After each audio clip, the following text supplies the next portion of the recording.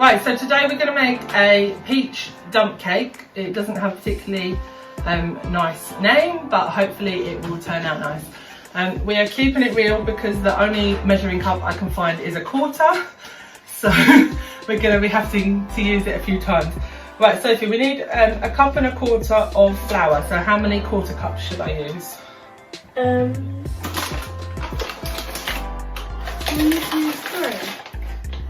How many quarters in a whole? 4.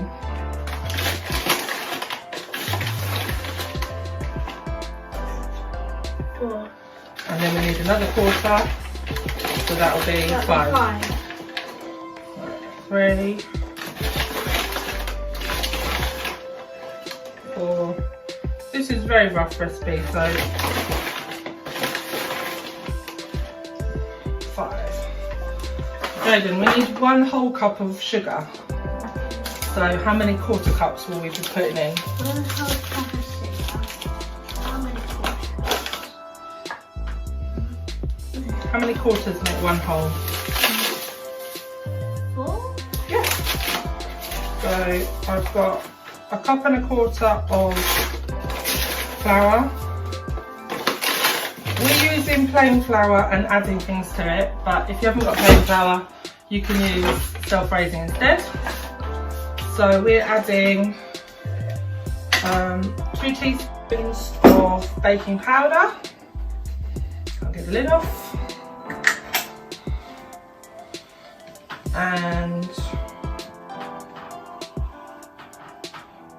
we're adding, Jaden, can you put a little bit of salt in your hand and put a pinch in for me? A couple of pinches of salt in there. And we also need half a teaspoon of baking soda, or we call it bicarbonate soda. So we'll put that one in there. Let me just grab a whisk. Right, Jo, would you like to mix that up? Okay, so we're making peach dump cake because that's the tin that we had. In the background you can probably see we had these ginormous tins, but I'm not expecting you to have them at home. This is the more traditional size tin. I would put in probably 2 to 3 tins worth. You don't have to use peaches, you could use any tinned fruit, would be fine. Sophie, this is our butter, or actually we're using a baking block because that's what we got. Can you stick that in the microwave? Okay. That is 3/4 of a cup of melted butter, but if you haven't got butter you can use margarine. We've got a baking block. You could probably use oil as well. Right, so Jaden's just whisking that all up for us. I'm going to tip our peaches, well, the peaches and the juice, tip it in the bottom of the tin. Put that there. How's that looking? Nice, it needs to be really melted. Okay. And then Jaden is going to sprinkle the flour over the top. Do you want a spoon to do it, or do you want to, should we get a spoon? Yeah. Keeping it real, we've got a ladle. Right. Yeah. So this, tip this all over the peaches. Okay. I'll try. That's it. Does it have to be thick? Just all over. Just look, sprinkle. Can I do a little bit? It's going to go all over, so Okay. yeah. Meanwhile, we should have preheated the oven to 350 degrees Fahrenheit, which is 180 centigrade, or gas mark 4.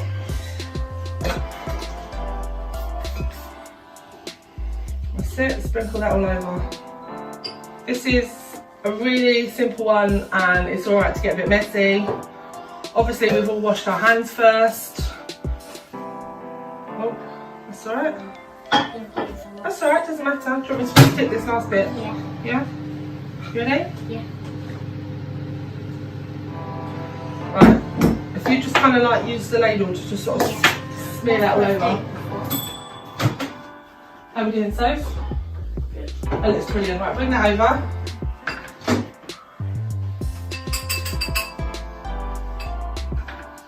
Okay, so in there we've got peaches, we've got the flour and sugar mix, either the self-raising flour or add the baking powder and the bicarb, bit of salt, and this is 3/4 cup of melted butter. So we're going to just drizzle this all over.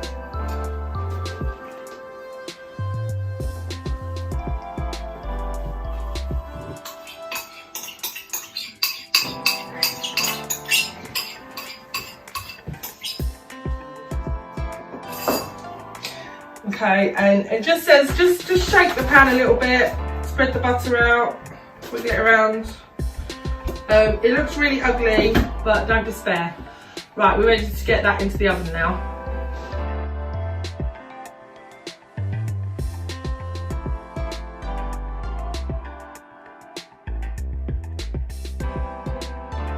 It's a little bit wiggly, that's because there's juice underneath, that's fine. A couple of bits of flour that didn't soak in properly, but it doesn't matter at all. We've just let it sit for a couple of minutes to cool down, and I'll pop some in a bowl to show you. A nice crunch on the top.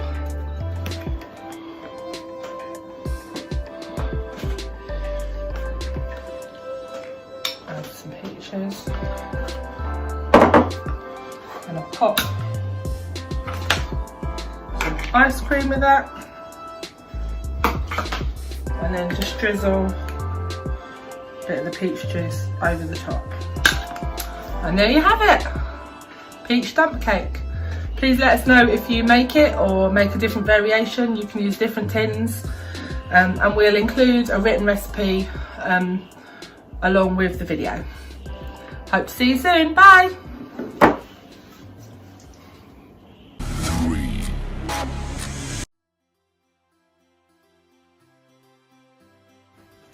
Hello, so I know in the last episode we said that we'd be making Rocky Road today. Well, we've just kind of mixed the schedule up. We will be making Rocky Road later in the week, but we thought this recipe might be more useful. So today we're going to make tortilla flatbreads, or as sometimes you might just know them as like a tortilla wrap. And then we'll be using them to make pizzas for dinner. So in this bowl, I've got 2 cups of flour. I'm gonna add about half a teaspoon of salt. Just mix that in a little bit. This is just normal, ordinary plain flour. We don't need any yeast or raising agents for this recipe because it's a flatbread. I'm going to add 3 tablespoons of oil.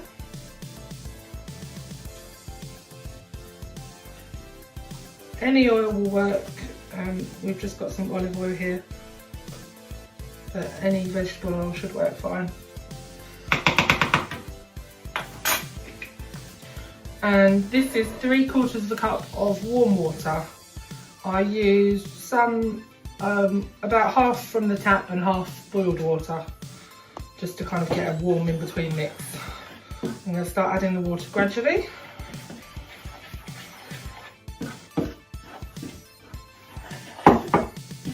I'm not putting it all in at once because we're not sure if we're going to need it all yet. I will be using my hands in a minute. I'm just starting off with the fork for now.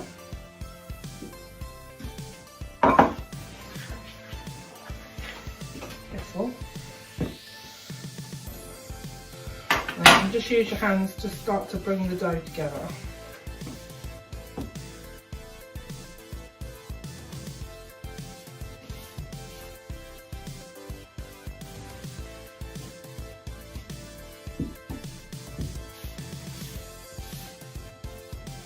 Need a bit more water in there. So I haven't put all of that water in.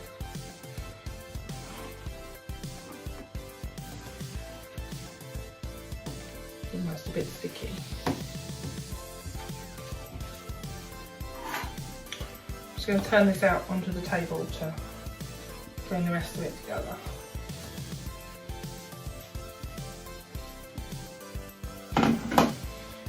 Going to start kneading this together.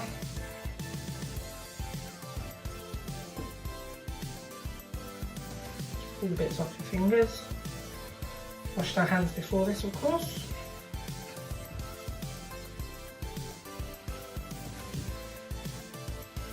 Now, I think probably we're not going to use all that flour, but I don't really want to use any more water because I don't want to run the risk of making it too sticky, so I'll just use that flour as my extra for the table. Just going to leave this for a couple of minutes. Use a little bit of flour underneath to stop it sticking to the table. The next thing we'll do is divide the dough into 8 equal pieces. Depending on how accurate you want to be, you can do that with the scale, but we'll probably just do it by eye. Okay, would you just get a knife out? Yeah. Thank you. So if I'm going to divide into 8 pieces, how will I do that, Jo? So I cut it in half, what next? Cut it in the middle. So cut this one in half again? Yeah, and then what? Cut it this up. I'll cut that one in half again. Yeah. Okay.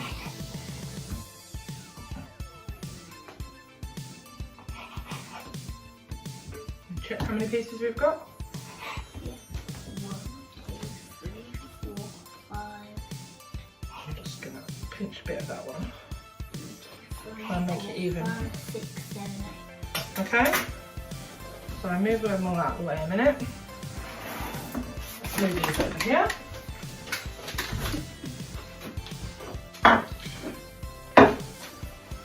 So take one of those pieces. I'll go a minute, I don't know where the other rolling pin is. Take a little bit of flour on underneath. Bit down there. And then just start rolling. You can turn it around as you go, getting it nice and flat. Now you can buy a tortilla press to do this bit, but a rolling pin is just fine.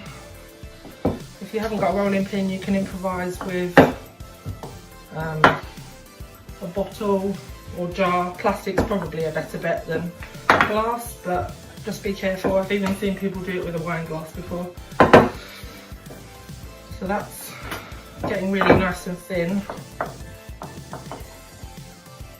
So I'm going to pass that over to Jamie. And I'm going to go and heat up my big frying pan, because that's where we're going to cook it. Okay, so I've got my pan on a very hot heat. I've let it heat up. I'm just spraying it with a little bit of cooking oil, just to let there be a bit of grease on the bottom. I'm just going to pop my tortilla in. There was a nice little sizzle there, I don't know if you could hear that. And then just let it cook on each side for about a minute. You can have a peek and see if it's how it's looking. I'm just going to flip it over, give it another minute on the other side. And when it's done, you'll be able to see some of the sort of brown speckling that you'd expect on a tortilla wrap.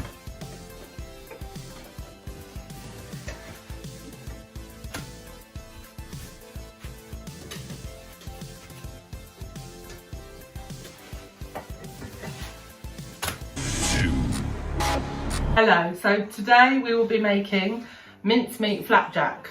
Now, I know it's not really the normal season to be using mincemeat, but I'm sure you've all got a jar of it kicking about in the back of your cupboard, left over from Christmas. You might have bought it to make mince pies with lots of, you know, good plans, and then realise that you never actually got around to making them.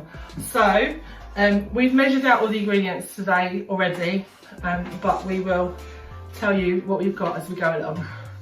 So in this In this saucepan I've got, we're actually using honey because we've run out of golden syrup. The original recipe had golden syrup, but both should work. So we've got 2 tablespoons of honey. You can use golden syrup.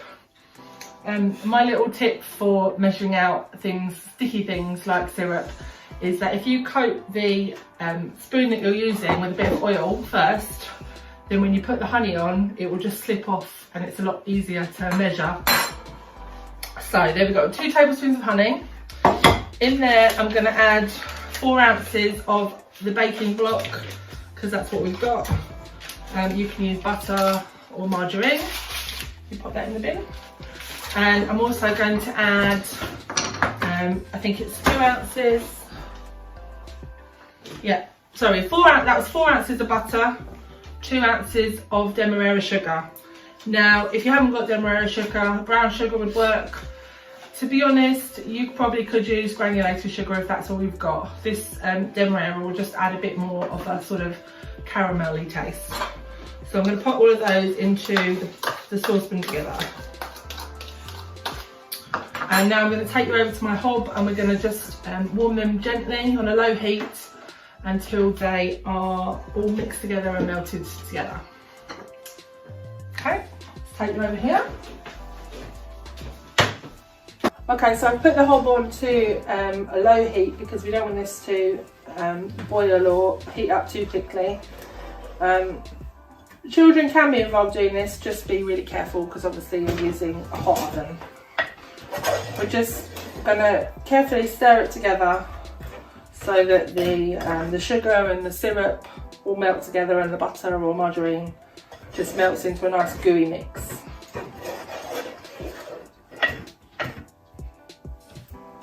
Okay, so we've melted together the golden syrup, the sugar and the butter, well, baking block in our case, and we've brought it back over, we've got it on a heat-proof mat. Now Jaden's going to tip in the mincemeat for us. This is 5 heaped tablespoons of mincemeat. We've used a shop bought one, but if you've got homemade, that will work as well. And just tip it all in. Yeah. Carefully. I like this though, it's delicious. Perfect. Let's just get that little bit off the spoon, don't want to waste that bit. Right, so I'm going to try and carefully mix that. If I hold it still, just be careful because the hot liquid can splatter, so just be careful. I should have told you to preheat your oven. We want it at, I think it's gas mark 3, which is 150 degrees centigrade, or let me check, 325 degrees Fahrenheit. So, and we also need a baking tray or a tin. This is, I think, 8-inch squares, but something of a similar size. And we're lining it with some grease-proof paper because it can be quite sticky and I don't want it to get stuck to my tin and ruin my tin. So we'll just be popping that on there. Right, so the mincemeat is beautifully mixed in and we will be pouring it onto 5 ounces of oats. So if I pour it on, will you stir for me, Sophie? Yeah. Give it a good stir.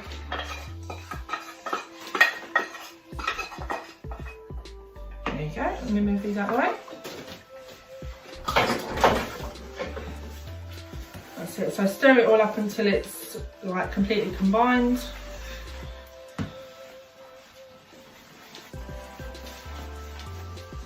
That's it, get all the oats looking like they're coated with the mixture. You ready? Get those ones around the edge. And then we're just going to tip it into the tin. Yeah, I think it looks good.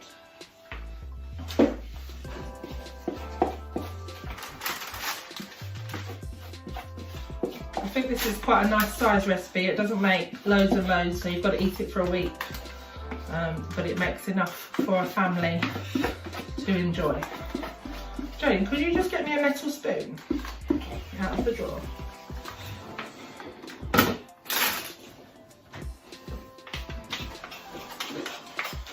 I just find that the metal spoon is easier to sort of just push it around into the edges.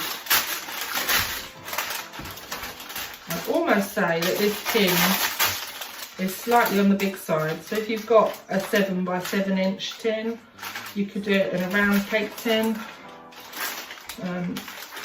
It will just be on the thin or on the thick side when it's cooked. Okay, that's all done. Now we're gonna wash our hands because we're really sticky, and we're gonna pop it into the oven for about half an hour. We want it to look golden brown but not burnt, so I'd suggest maybe put it for 20 to 25 minutes and then check it, and you know, if your oven runs a bit hot, then you might need to do it a little bit slower, a bit shorter time. Okay, I'm gonna pop it in the oven.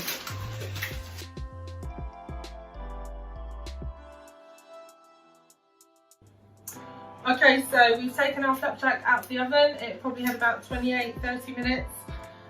It was gas mark 3, that was 150 degrees centigrade or 325 degrees Fahrenheit. It's looking nice and golden brown on the top. Now we just let it sit for probably 10 to 15 minutes before we will score some lines into it, and then let it cool down completely before you try and move it onto a plate or anything, because otherwise it will just fall apart. So I hope you've enjoyed watching our video, and please let us know if you try out the recipe. We will put the full recipe in the comments below. Thanks for watching. Bye!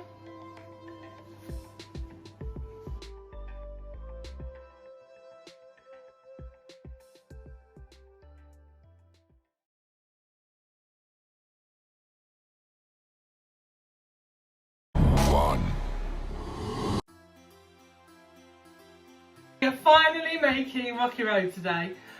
This is kind of more a set of instructions than a specific recipe, because it will depend a lot on what's in your cupboard. Hopefully you'll be able to find some biscuits. We've got a couple of packets here, some custard creams and bourbons. We made it last week with shortbread. We made it with a packet of random oatmeal and apple biscuits that were actually a year out of date, but I didn't tell anybody, but they're all still alive. So yeah, get some biscuits, whack them in a bowl. Actually, there are two ways you can do this. You can put them in a big plastic bag, or you can put them in a bowl, and then get some people with some strong muscles. You got strong muscles? You got strong muscles? Yeah. To beat them into crumbs. You don't want them to be a fine crumb. Some lumps is okay, because it'll add to the texture of the finished thing. So all the biscuits in there, and we're going to get beating. Okay, so my big strong muscled children have been bashing away, and I think we're about ready. Have a look. We've got a few lumps, but it's generally pretty fine. So we'll leave that there for a second. Now, as I said, I kind of eyeball this recipe. So I'm going to go with half a pack of butter. Pop that in a microwavable bowl. We're going to add a couple of spoonfuls of cocoa. That was just an ordinary dessert spoon, so maybe a heaped tablespoon. And then we need some honey or golden syrup. Now our honey is getting a bit sad. We've just had it sat in some hot water to try and make it a bit more runny. But if your honey or syrup is set, that's fine. Just try and gently warm it up, and it will still be perfectly fine. So I'm going to put in probably, here we go, about 3 tablespoons.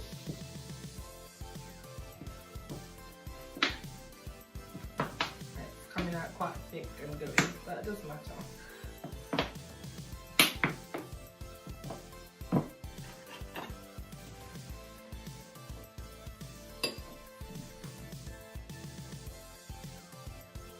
A lot. Probably about 3 or 4 tablespoons. We're going to put this in the microwave. Keep an eye on it because it does get hot with the syrup. And just stir it every so often. Probably get a new spoon out for that. So, right, into the biscuits. I've got very sticky hands now, doesn't matter. We're going to add, so this is where we look and see what's in your cupboard. We've got some sultanas, but any dried fruit will work well for them, NJ. I've got some glacé cherries that we've cut into halves. Pop them in. These are a packet of Maltesers that I've cut out. We tried bashing them with the biscuits last time and it didn't really work, so this time I just cut them with a serrated knife. They can go in. We've got some desiccated coconut, so that can go in as well. Right, do you want to try and give it a mix for us, Jo? That's it. Try and just get everything mixed through. Other things you could add nuts. We can't have nuts because Jane's allergic, but you can have those. Chocolate chips or chocolate buttons. Other dried fruit like apricots or dates. Just have a look in your cupboard and see what you've got, really. The only limit is your store cupboard and your imagination.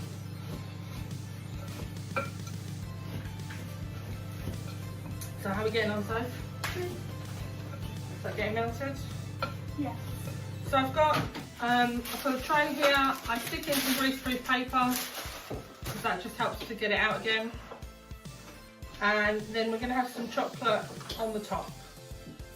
We're just using what I found, so there's a mixture of milk and white chocolate that will melt in a minute. Okay, so the honey or syrup and the butter and the cocoa have all melted together. If you haven't got cocoa, you could put a bit of chocolate in there. You could use drinking chocolate powder, whatever you've got. You can just skip it because we'll have chocolate on the top as well. So we'll pour that all in.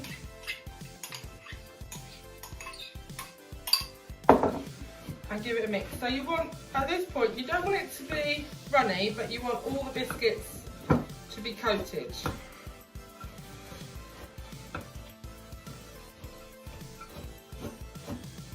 Now, I think because we've used 2 packets of biscuits here, we may have to do a bit more honey and butter. So we're just going to go and do that. Okay, so we melted a bit more butter and honey, and we've added that in, and everything's coated. You can't see any excess liquid, but everything's coated in there. Sophia is looking after our chocolate for the top. She's got that in the microwave. We just put it on medium power, so about half power, whatever you've got. I find that way it stops the chocolate burning. Obviously the technical way to do it is using a bain-marie, but we find the microwave is fine. And you can probably see from my apron why I wear an apron when I'm cooking, because I get a bit messy. Anyway, so let's put this mixture into the tin.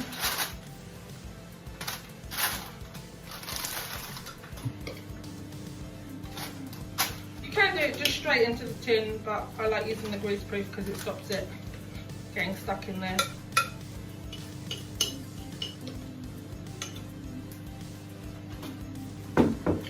And we just flatten it all down. I like using a metal spoon to do that. Okay, so push that down, you should be able to see it.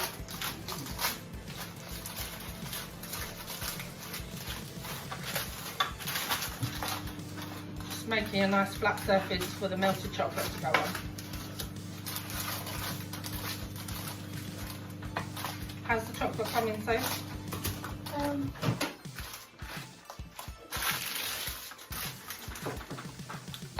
just going to mix it.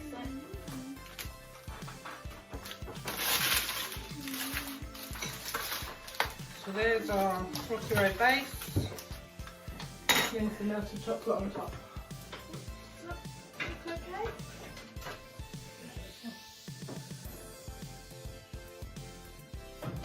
This was a mixture of milk chocolate and white chocolate, so it's quite a pale brown, but any chocolate will do.